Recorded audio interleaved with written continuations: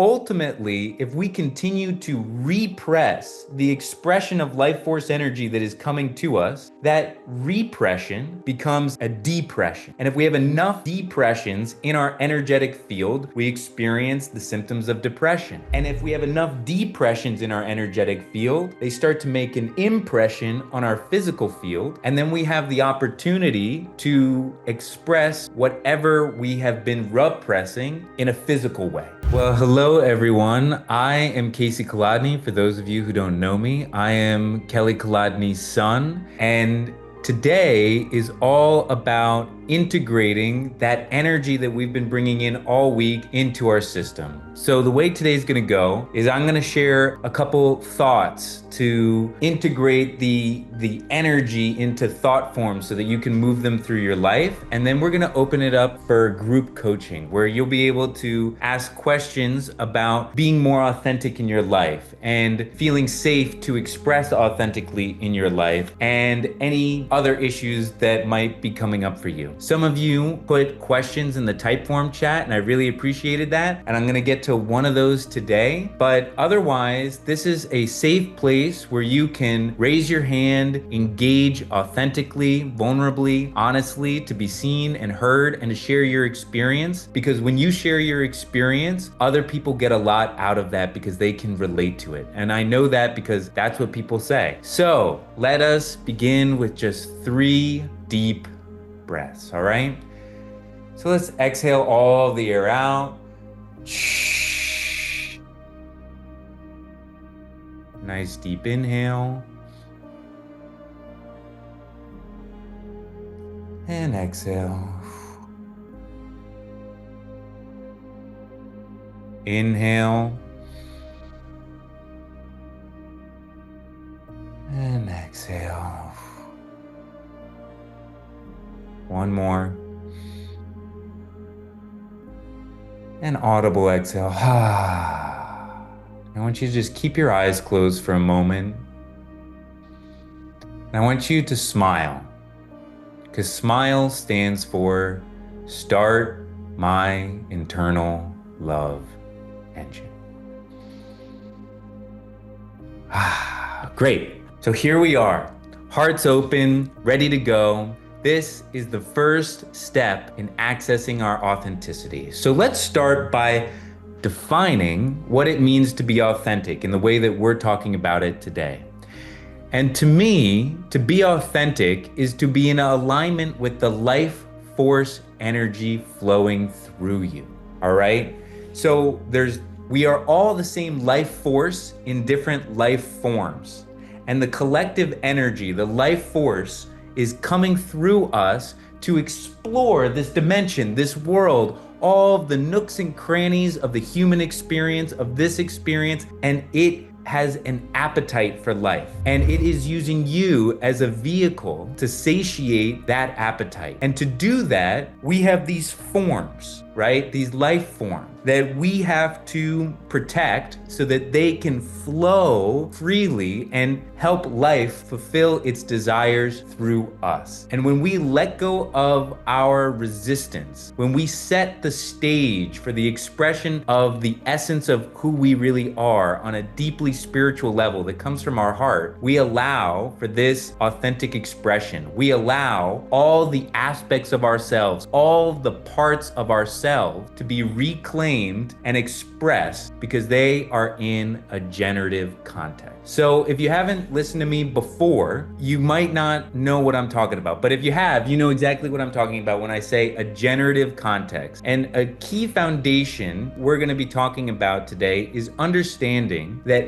everything in this world has a generative potential in the correct context, meaning that it can give life, that it can set the stage for life and life force to flourish and expand and express if it is found in the right context. And so an example I like to give about this is when I was young in school, you might have thought that I was a degenerative force in that school. And a lot of teachers felt that way too. I was disruptive, I was loud, I was physical, I was all kinds of things. I had so much energy, they didn't know how to handle it. And this was bad. It was labeled as bad. It was labeled as wrong, as disruptive, but it was just in the incorrect context. That energy had a generative potential. And one of my teachers in the 9th grade, who is the lacrosse coach, said, we're gonna take that energy and we're gonna put it to good use. And good use was made of that energy because it was put into the correct context. Now, inside of our being, we have all of these things that we might have labeled as bad or wrong or not right that we suppress. And what happens is when life brings us something to express, we have a duty in a way to express it.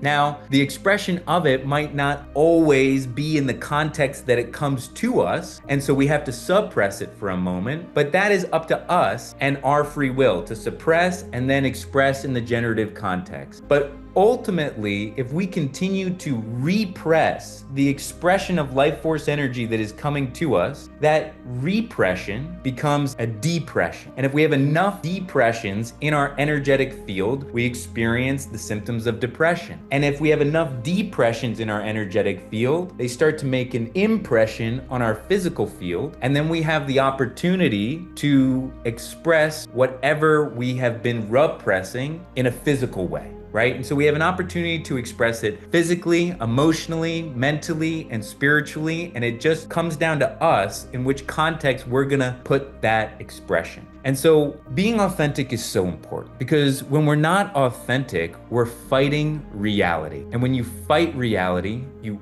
always lose. So we'll get into a little bit more of what I mean by that. But when we're talking about how to identify if I'm being authentic or not, this is really important. How do we gain that discernment of, am I being authentic? Am I not being authentic? If somebody says something and I think, you know what, you're a fat jerk, do I just go out and say that? Is that being authentic? Like, hey man, you're a fat jerk. Well, it's sure how I felt in that moment, right? Is that authentic to me? Kind of, but not really. And the way that we know we're being authentic is that being authentic will lead to a greater sense of connection. Maybe not with the other person, maybe it's a deeper sense of connection with myself, a deeper sense of connection with source, a deeper sense of connection with another purpose. It will lead to a deeper sense of connection because that's what life force energy does. It creates connection. If it is inauthentic, it will lead to a greater sense of disconnection. Disconnection to myself, disconnection to others, disconnection to source. I'll feel removed from everything. So what is disconnecting us versus connecting us? Well, it's about automation. When you get an automated email or text from something, do you feel connected? No, you're disconnected. And so what's happening is we have all of these automated responses, all of these programs that we have downloaded into our system in order to keep us safe, to set the foundation for this form to express life force. But a lot of those programs are contradictory or they're automated in a way that steal the show rather than setting the stage. And so the way that we express authentically is when we allow ourselves to set the stage to be present, to be intentional, to accept reality as it is, and to surrender. And in this, we set the stage for that expression of joy, that expression of love, that expression of peace and harmony. It's just a natural byproduct. And so this isn't to say that we shouldn't allow automations to go. They're really important, but it's being aware of if what is expressing itself in this moment is an automation or a protection mechanism, or is that automation or that protection mechanism serving the expression of life force energy in an authentic, beautiful, generative way. And so how do we get there? How do we make sure that our automations aren't stealing the show but setting the stage? Well, a lot of the times it comes down to understanding what are the needs of this form. What is going to allow this form to feel safe, to feel capable, to feel lovable so that it can express. And now that's different for everyone. And we have to identify what those things are and become clear about what they are and reinsert those automations.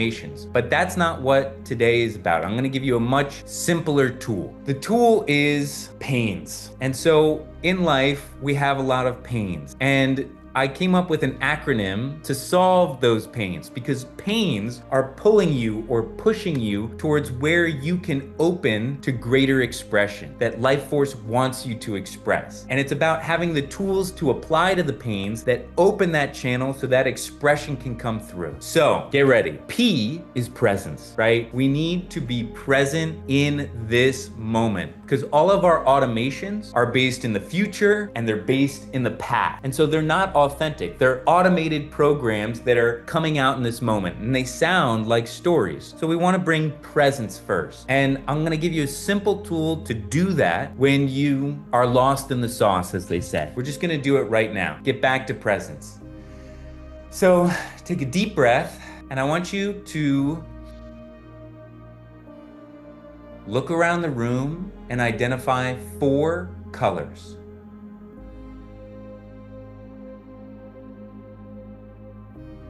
Now I want you to identify 3 sounds. Close your eyes if you need to. I hear the rain. I hear the humming of the refrigerator. I hear the whine of the light. And I want to see what you smell. 2 smells.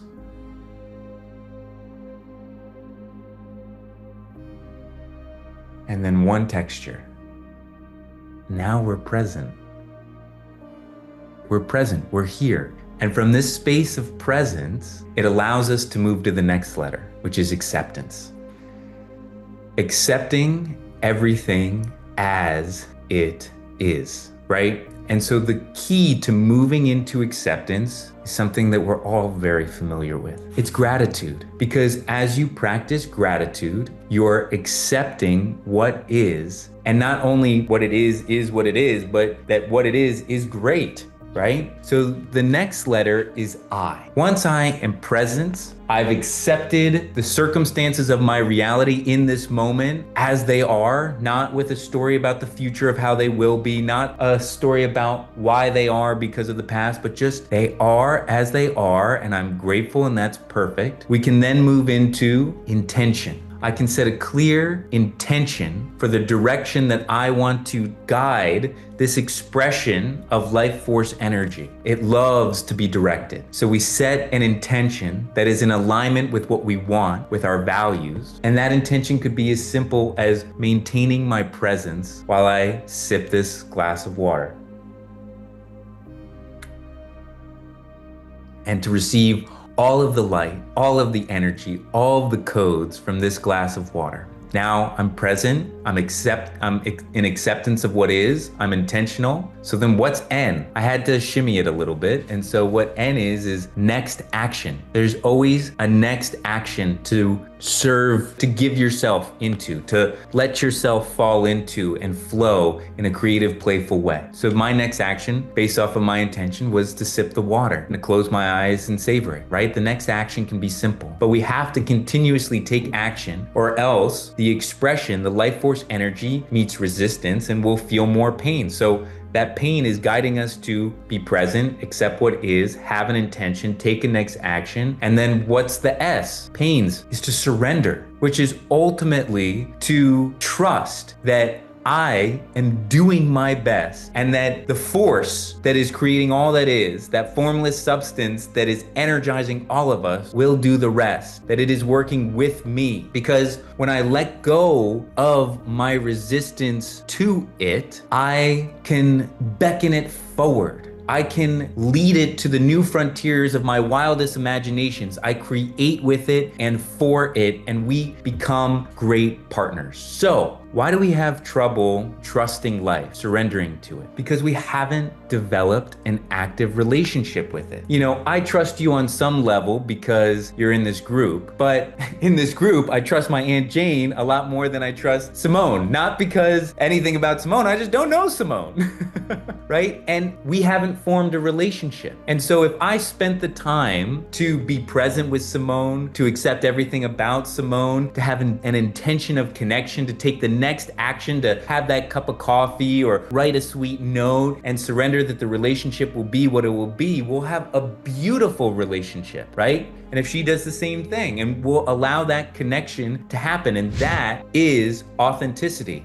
So, what is the opposite of being authentic? What is limiting us from being authentic? How can we tell we are surely being inauthentic in this moment? Well, just look at the opposite of pain. We'll be distracted, we'll be in denial, we'll feel rushed, we'll feel stuck, we'll feel fearful. And so, if we're feeling distracted, we're denying reality, we're living in an illusion, we're rushing everywhere, we feel stuck, and we're afraid, that's a sign that the automation is stealing the show and it's not helping to facilitate the expression of the greatest play that could ever exist on earth, which is life itself, right? And so the reason that we avoid change is because when we are present with the ever-ending drum of change, of life, change is inevitable. When we are present, change is inevitable. And so when we distract ourselves, what we do is we dissipate the momentum of change, because distraction is a tool of the ego, and it knows that if I allow you to be present enough, everything's gonna change. And it doesn't wanna change. It's lazy. It doesn't wanna change the scenery on the set. It doesn't wanna change that, because change, we ultimately don't wanna change because we either don't know how or we don't want to. And the reason that we don't want to is because it's a lot of effort, we can't predict it, and it's scary. So ultimately what I'm coming at you with